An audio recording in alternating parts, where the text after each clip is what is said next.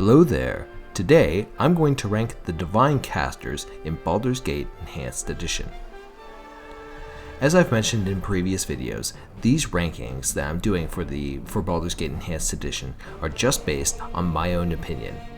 As I mentioned when I ranked the Rogues, there's an awesome tier, which is the kind of like the highest level tier. There is the you're gonna have fun tier, and then there's the challenging tier, but it's kind of nebulous because these are all pretty decent if you're interested in different playing styles. So with that, we're going to go ahead and begin going from the worst, or kind of the least fun, to the most fun.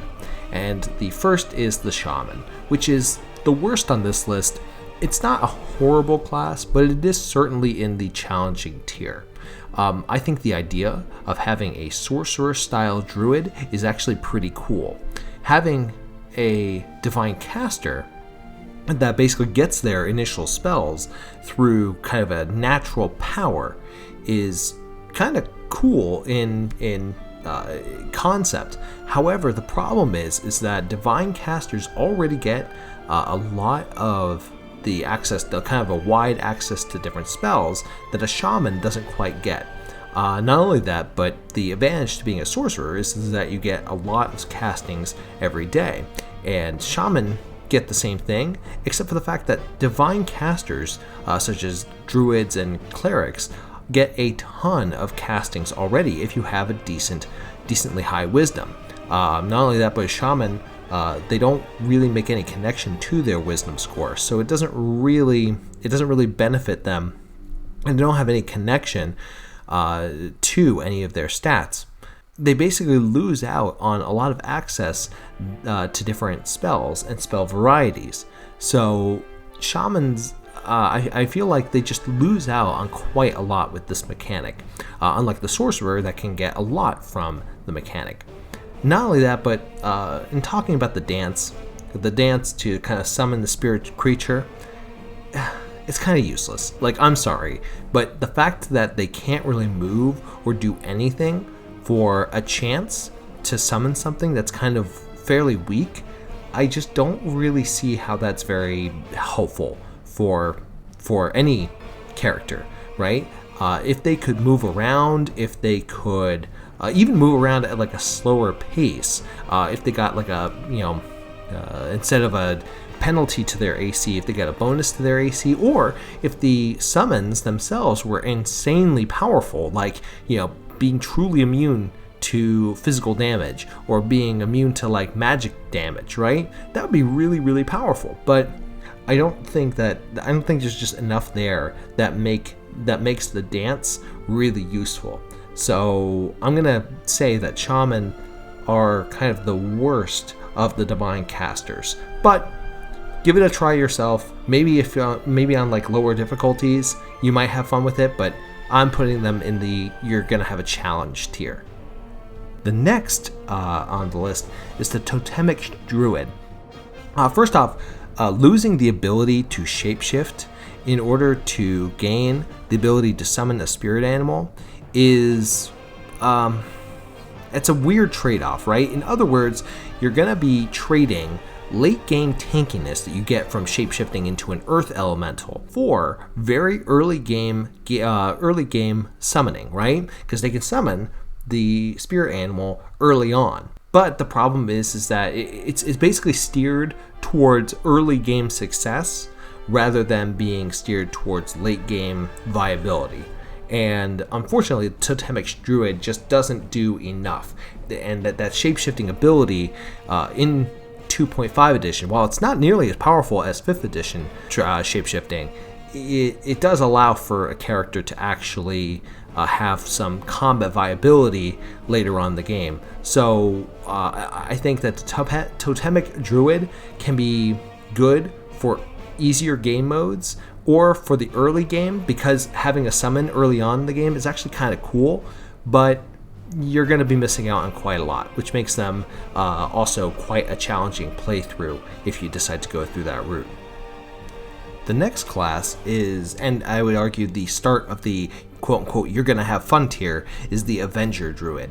The Avenger does have the penalty of losing a little bit of strength and constitution, but the thing is that you're not really going to be on the front line, right? And that's why, like, also losing the ability to wear anything heavier than leather armor also doesn't really hurt them that much. The whole point of the Avenger is not necessarily to be in the front line, at least not in their normal human form. They do get extended shapeshifting, which can be particularly useful, particularly in the mid game, right? For example, they get the ability to shapeshift into a sword spider, which has a very high APR.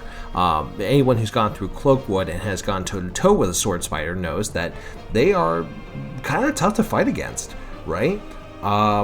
So they can also transform into a fire salamander or a baby wyvern, and those can be pretty cool. As far as the baby wyvern can have a very nice poison effect. I would have probably liked to see it get like a full wyvern. I mean, why not? That's kind of weird that it's just a baby wyvern.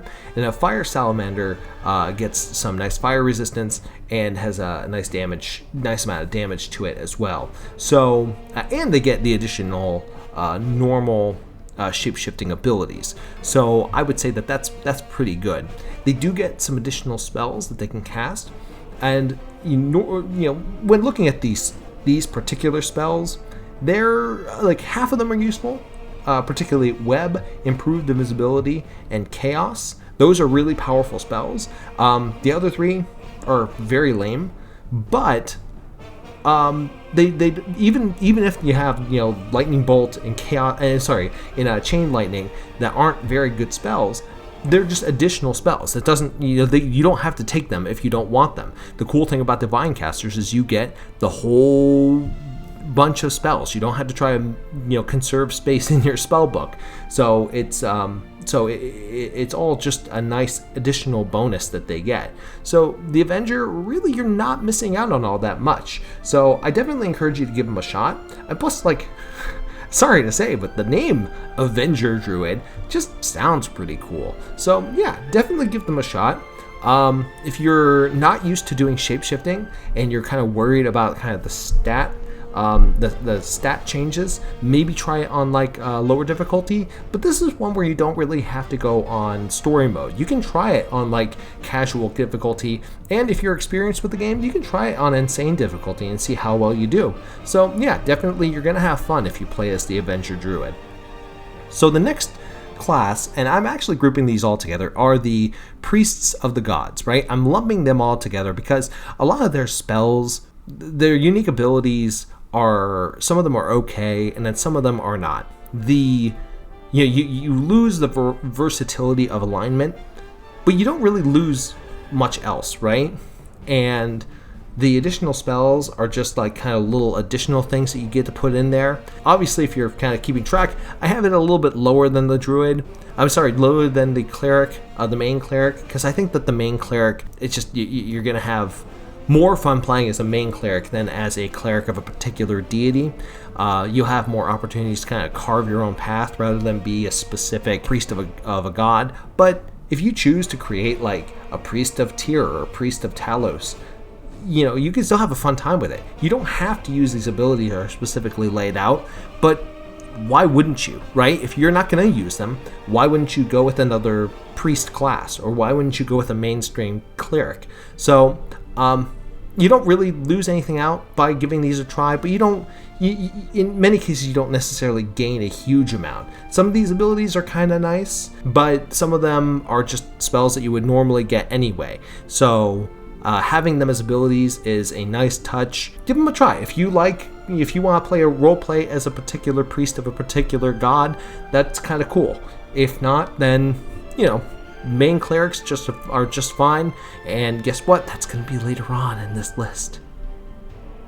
But before we talk about the main Cleric, we're actually going to talk about the Shapeshifter. This is the start of the awesome tier, and I gotta say that I've had a lot of people comment that they're excited for me to start my Shapeshifter run. I will say, I did take the opportunity to do a little bit of playing around. The Shapeshifter is a no armor version of a druid with the unique shapeshifting of basically turning into a werewolf.